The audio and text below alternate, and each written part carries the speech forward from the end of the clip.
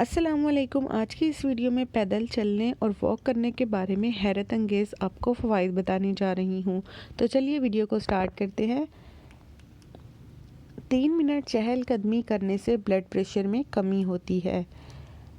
5 minute چہل قدمی کرنے سے موڈ میں خوشگوار تبدیلی ہوتی ہے۔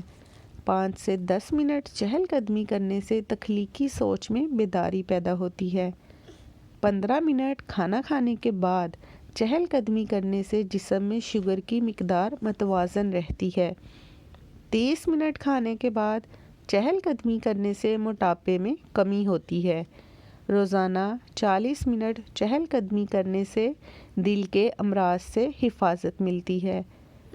90 منٹ چہل قدمی کرنے سے دل کے امراض، مایوسی اور ڈپریشن سے نجات ملتی ہے۔ اس کے ساتھ ہی ساتھ میں آپ کو یہ بھی بتانا چاہوں گی کہ واک آپ نے کس طرح سے کرنی ہے، چہل قدمی آپ نے کس طرح سے کرنی ہے۔ چہل قدمی کرتے ہوئے ان باتوں کا خیال لازمی رکھیں۔ تیز چہل قدمی کے دوران اپنا سر، کندھے اور جسم مناسب حد تک سیدھا رکھیں۔ رفتار اور توازن برقرار رکھیں۔ چلنے کے دوران اپنا وزن ایڑیوں پر ڈالیں۔ پنجوں کو آرام و سکون سے حرکت کرنے دیں۔ آرام دہ شوز پہن کر واک کریں۔ لباس ڈھیلا ڈھالا اور آرام دہ ہونا چاہیے۔ زیر جامے اور موزے سوتی ہوں تاکہ پسینہ جذب ہو سکے۔